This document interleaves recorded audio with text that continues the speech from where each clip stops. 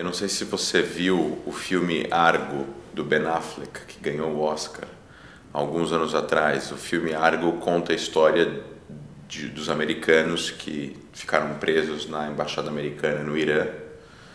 E alguns americanos que estavam na parte consular, que é uma parte que ficava perto da rua, conseguiram fugir. Eram acho que 8, 9 pessoas. E eles se refugiam na casa do embaixador do Canadá. E o Ben Affleck, ele faz um papel de um agente da CIA chamado Antônio Menezes, que monta, isso em 79, né? Monta um filme falso chamado Argo, que era um filme na Pérsia, que ia filmar na Pérsia, que tinha tapete voador, etc, etc. Enfim, ele monta todo um circo lá em Hollywood, faz lançamento, chama atores, sai no jornal, tem escritório, tem telefone.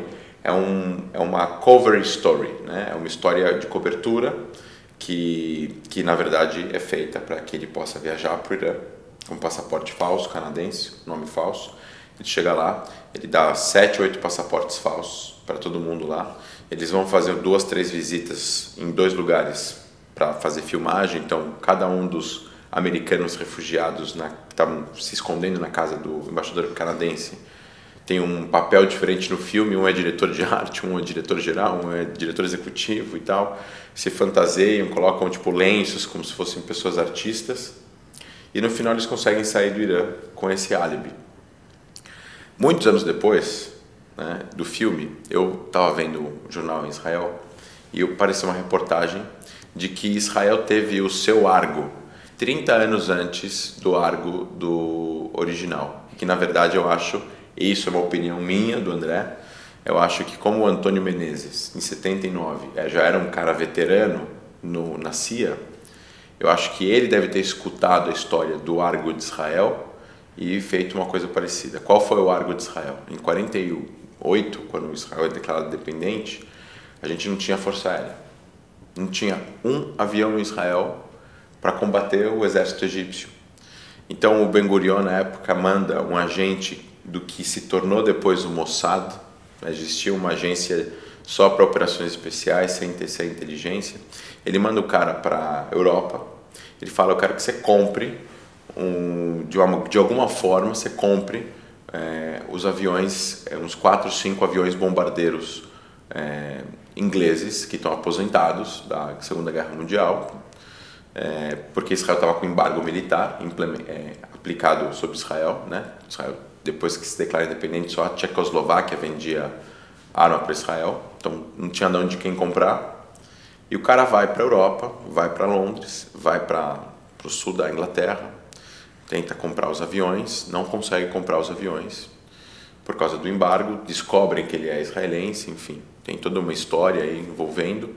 Aí ele volta ele era francês, ele vai para a França, entra num café, senta num café, começa a ler o jornal, começa a pensar alguma coisa que ele possa fazer para tentar sair dessa situação e conseguir comprar os aviões. Aí ele entra uma atriz francesa famosa, senta no café e começa a ler uma revista. E ele tem uma grande ideia. Ele falou: eu vou fazer um filme com atores e atrizes famosos. Ele monta toda a produção para sair no jornal, para fazer o teste para os figurantes. Aí tem fila na porta de onde ele faz o teste. Aí todo mundo quer participar do filme. O filme ia ser sobre os heróis, pilotos britânicos que lutaram contra os nazistas e ganharam a Segunda Guerra Mundial. Então, para isso, ele ia precisar alugar aviões, ele ia precisar fazer decolagens e pousos para poder montar algumas cenas do filme, né? Aí, nisso, ele consegue fazer toda essa produção e ele vai para os Estados Unidos. Ele consegue entrar em contato com 4 pilotos americanos judeus que lutaram pelo exército americano contra os nazistas. Ele chama eles para fazer parte do filme. Ele traz eles para a Inglaterra, eles montam as filmagens, tem lá 100 mulheres dando tchauzinho com um pano branco para os pilotos britânicos, né, que estavam saindo para lutar contra os nazistas.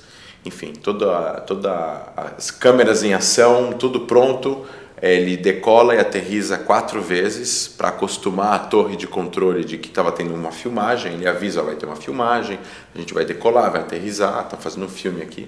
E na 4ª vez que os aviões decolam, eles não voltam mais. Os pilotos judeus levam os aviões para Chipre para reabastecer e depois para Israel. E esses aviões participam da guerra de independência, conseguem brecar a invasão dos tanques egípcios que já estavam dentro de Israel, quase aí perto de Beersheba, e isso começa, na verdade, a Força Aérea Israelense começa desse jeito. E hoje em dia, a Força Aérea de Israel é uma das melhores forças aéreas do mundo, uma das mais, deve ser a mais precisa em número de metros, de precisão de mísseis, uma série de tecnologias implementadas para tentar, claro, atingir apenas terroristas e alvos militares e não civis inocentes.